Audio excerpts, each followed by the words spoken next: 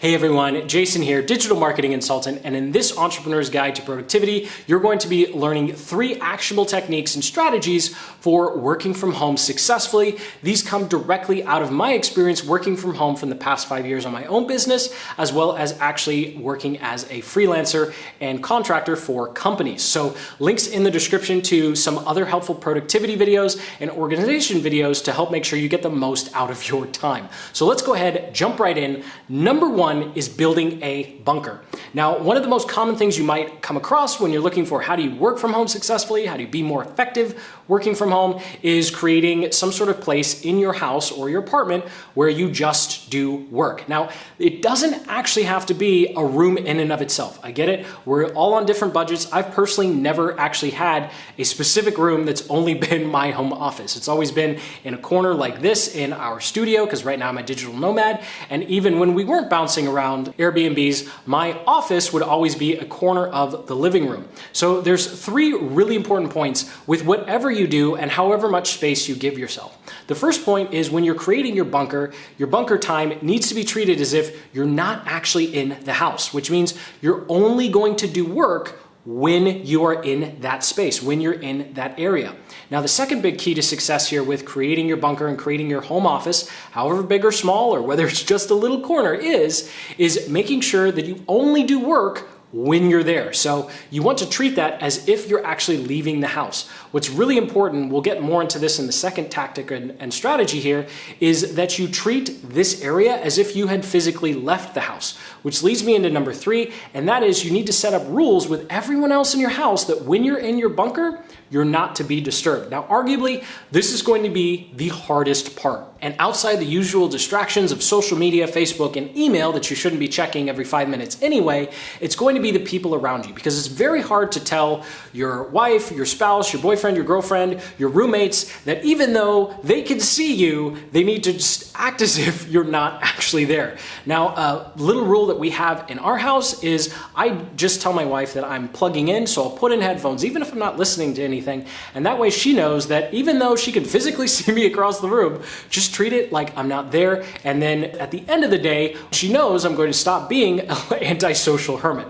Now, I know that's a little extreme, but that is the 3 big takeaways from having a bunker, making sure that it's an area that you're not going to be distracted in. You need to make sure that you only do work there so your brain associates that specific area of your house with work. It's going to allow you to relax in the rest of your house or apartment. And of course, number 3, most important, that everybody else treats it as a bunker and makes sure and treats it as if you are not there.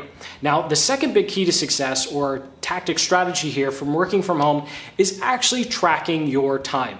I know this is the last thing you want to do because working from home is often equated to working in your pajamas and having free time and being able to work whenever you want.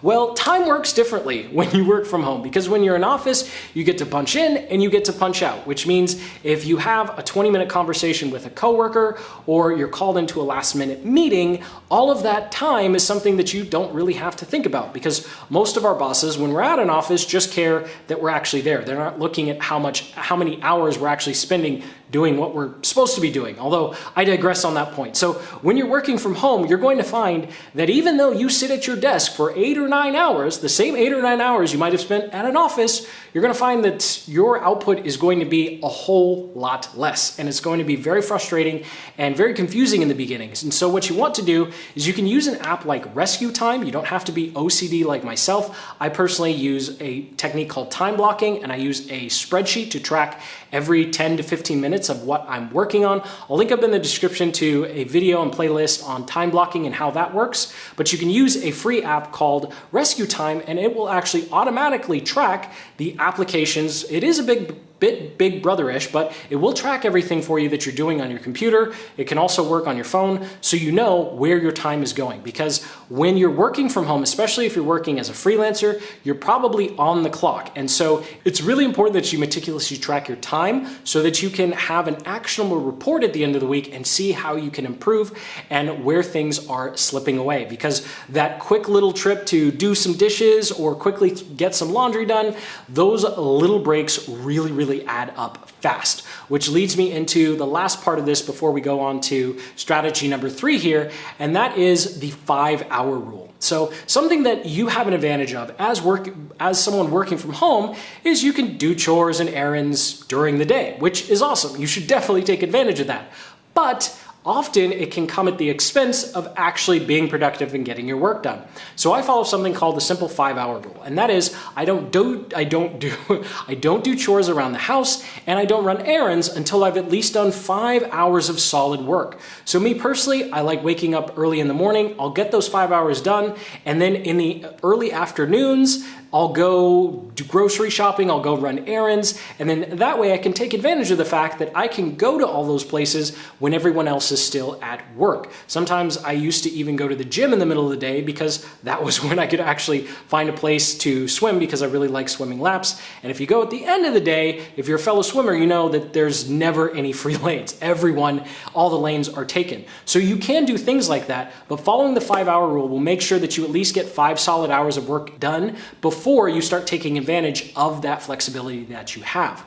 Now, the third and final strategy and tactic I have here for you is creating a definite end time to your day. This is arguably one of the hardest parts of working from home because it's so easy for your work to just blend into everything else that's going on around your house, especially if you are checking on laundry or you're doing house chores throughout the entire day. You'll get to the end of the day and you realize, oh, I only worked 5 or 6 hours and I didn't expect to spend an hour cleaning this one thing, but it was just so dirty, I had to clean it. And it just turns out to be a way that you were procrastinating. Whatever the thing may be, you want to make sure that you create a definite end time to your day.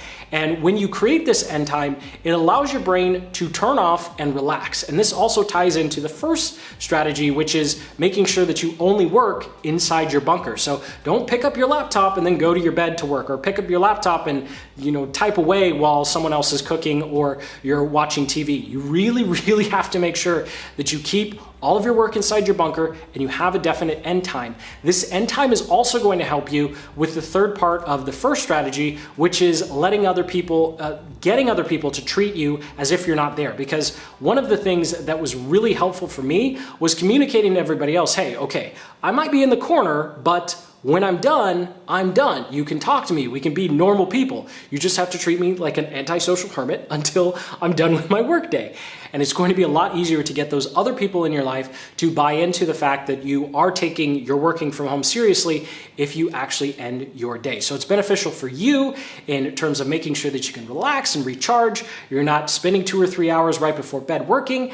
And it's beneficial to everyone else in your life because they get to actually enjoy your company and they'll have a lot more respect when you are alienating them the rest of your workday. Now, a final tip I have for you here with strategy number 3 is creating some sort of end day routine. So whether that's looking through your emails, whether that's planning out your next day, whether that's listening to a specific song. I know that's a little weird, but I like to do that to mentally trigger the day's end, or going for a run or workout. Something where you create a clear separation where your brain knows as soon as this task starts happening, as soon as I hear this song, or we start walking away from this, or we start doing that, that the day is over, and you have to respect and honor that. So thank you so much for watching. I sincerely hope one of these 3 tactics and strategies will be helpful to you in being more successful working from home. If you'd like to learn more about some of these strategies, I'll link up to a longer video where I take a deeper dive into how I actually structure my days through time blocking and the different ways I handle communication so I can get a lot more work done. So go ahead and hit that like button, subscribe for more productivity videos for entrepreneurs just like this one. And until the next, keep building the business you love.